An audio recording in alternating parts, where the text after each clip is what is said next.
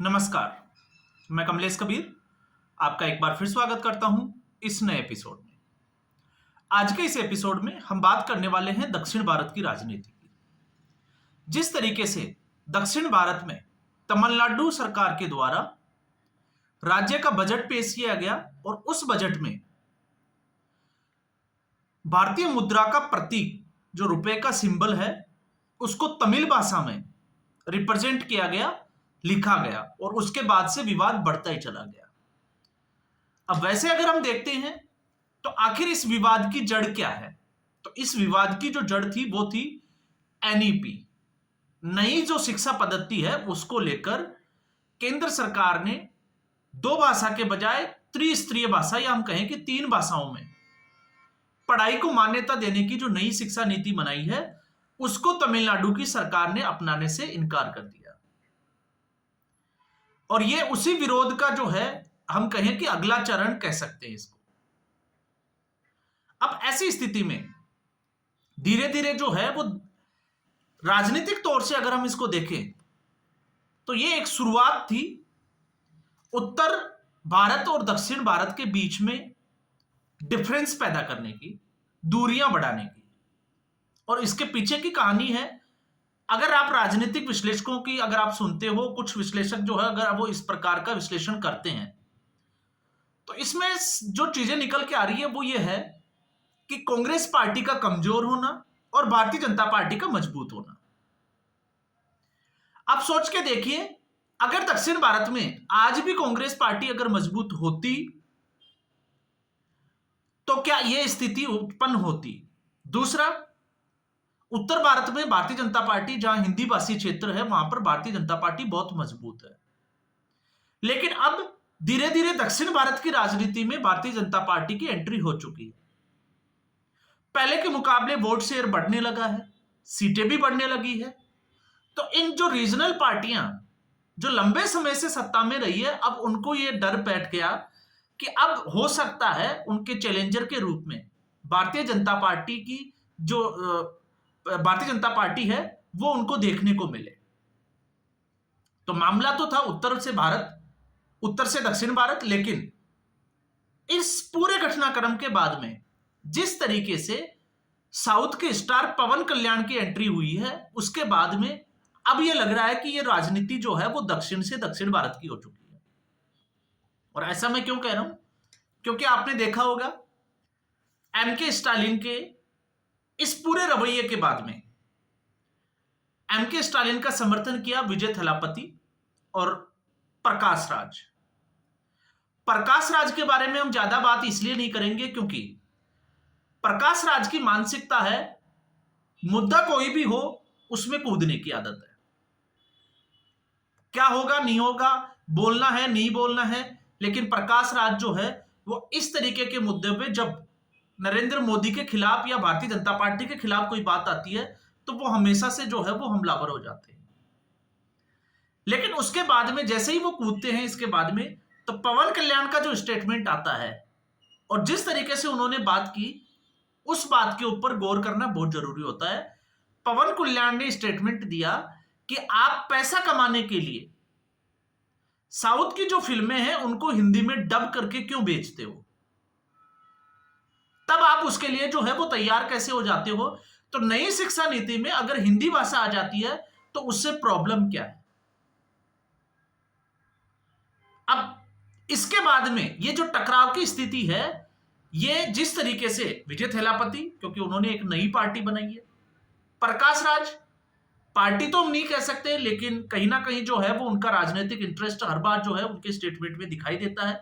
और पवन कल्याण की तो खुद की पार्टी है जनसेना। इस वक्त वो गठबंधन से सरकार में है, लेकिन जिस तरीके से पवन कल्याण ने अपने आप को राजनीति में स्थापित किया है और वो भी एक कट्टर हिंदुत्व की छवि को लेकर, आपको पता ही होगा इस ऐसे वो जो है वो स्टेटमेंट दे चुके हैं जिस तरीके से वो ये कहते हैं कि सनातन संरक्षण बोर्ड की स्थापना होनी चाहिए, अब समय आ गया है क्योंकि इसकी जरूरत है।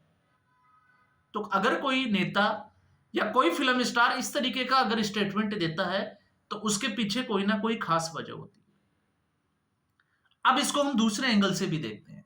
दूसरे एंगल से इसलिए देखते हैं, जब हम इस सिंबल के इतिहास में जाते हैं तो आखिर ये सिंबल दिया किसने। अब ये इंटरेस्टिंग बात है या इत्तेफाक है कि ये सिंबल उसी पार्टी ने दिया।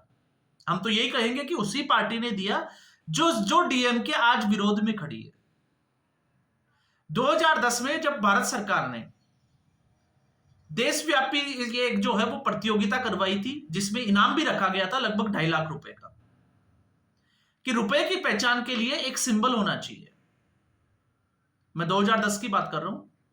तो 2010 में एक जिसका नाम थे उदय कुमार धर्मलिंगम, जो अभी गुवाहाटी आईआईटी में प्रोफेसर की भूमिका में है, पीएचडी के स्टूडेंट है। उन्होंने ये सिंबल दिया, देवनागरी लिपि के रा और जो रुपए का रोमन अक्षर आर होता है उसको मिलाकर रुपए का सिंबल बनाया। भारत सरकार ने उसको एक्सेप्ट किया और आरबीआई ने 2,51,000 रुपए का जो है वो इनाम दिया उदय कुमार धर्मलिंगम को। तो जब आप उदय कुमार धर्मलिंगम के इतिहास के बारे में जानने की कोशिश करोगे तो उनके फादर जो थे वो डीएमके के नेता रहे। तो कहीं ना कहीं उनका परिवार जो है वो डीएमके पार्टी से जुड़ा हुआ था।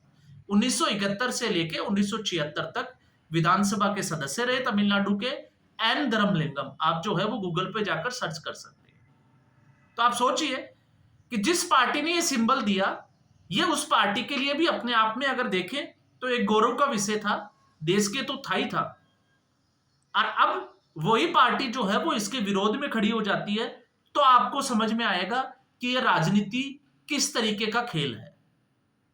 और इसमें आप ये देखोगे कि आप ये सीधे तौर से केंद्र सरकार से नहीं, ये कोशिश की जा रही है जिस तरीके से भारतीय जनता पार्टी की केरल में सरकार आई, कर्नाटका में तो आपको पता ही है सरकार रही है, और जिस तरीके से चंद्रबाबू नायडू, और आप देखोगे तो उनके साथ में पवन कल्याण उस पार्टी के गठबंधन का हिस्सा है भारतीय जनता पार्टी। तेलंगाना में भी जो है वो अपना वर्चस्व दिखाने की पूरी कोशिश या पूरी तैयारी में भारतीय जनता पार्टी लगी हुई है। और अभी जो चुनाव हुए थे उसमें भारतीय जनता पार्टी ने कांग्रेस पार्टी को हरा भी दिया। जो आपको पता होगा टीचर्स यूनियन के जो पूरे 3 सीटों के ऊपर चुनाव हुए थे। इसके अलावा अगर आप देखोगे तो और भी कई जगह पे जहां पे भारतीय जनता पार्टी का आप देखो, अन्नामलाई जो भारतीय जनता पार्टी के एक बड़े नेता के रूप में जो है वो उभरकर सामने आ रहे हैं।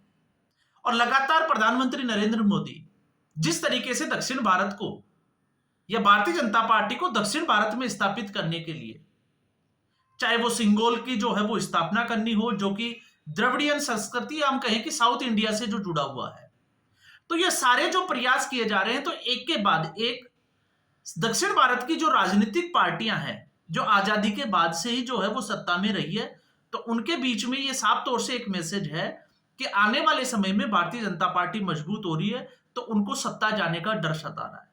तो ऐसी स्थिति में किस तरीके से जो है वो एक राजनीतिक मुद्दा बनाया जाए। सनातन के खिलाफ तो आपको पता ही होगा, एमके स्टालिन के बेटे उदयनिधि स्टालिन ने कैंसर, कुष्ठ रोग, डेंगू और भी बहुत सारे जो है वो दिए हैं। तो दूसरा इसमें आप ये भी देख सकते हैं, क्योंकि उनका सनातन और हिंदू संस्कृति से कोई लेना देना नहीं है, नाम भले ही जो है वो हिंदू या सनातन संस्कृति के रखे हो, लेकिन जिस तरीके से वो ईसाई समुदाय से आते हैं, तो धर्मांतरण का खेल जो है वो भी बड़ा जबरदस्त तरीके से चल रहा है। तो ओवरऑल अगर आप देखोगे तो इसमें बहुत सारी चीजें निकल कर आएगी। तो यहां पर जो प्रयास किया जा रहा था नई शिक्षा नीति के विरोध में, और नई शिक्षा नीति के विरोध में अगर आप देखोगे तो आप देखिए वहां के जितने भी जो सीबीएसई के स्कूल्स है, उन स्कूल में तो हिंदी भाषा जो है वो कंपलसरी है। तो फिर इसका विरोध क्यों किया जा रहा है, आप ये भी जो है वो सोच के देखिए। और आपको ये भी जानकर जो है वो हैरानी होगी कि तमिलनाडु के 70 से 80% सीबीएसई स्कूल जो है वो कहीं ना कहीं डीएमके के नेताओं से जुड़े हुए हैं। जब से शिक्षा का व्यवसायीकरण भारत में हुआ है, तब से हमने देखा है कि जितने भी बड़े बड़े जो स्कूल्स है उनमें ज्यादातर 80% के आसपास, ये मैं पूरे इंडिया की बात कर रहा हूं, कहीं ना कहीं राजनीतिक रूप से जुड़े हुए किसी नेता के स्कूल ही हैं। अगर हम ये सोचे कि शिक्षा के व्यवसाय से जुड़े हुए लोगों के स्कूल होंगे, तो ऐसे स्कूल आपको बहुत कम देखने को मिलेंगे। तो फिर इस विरोध का असली कारण क्या है?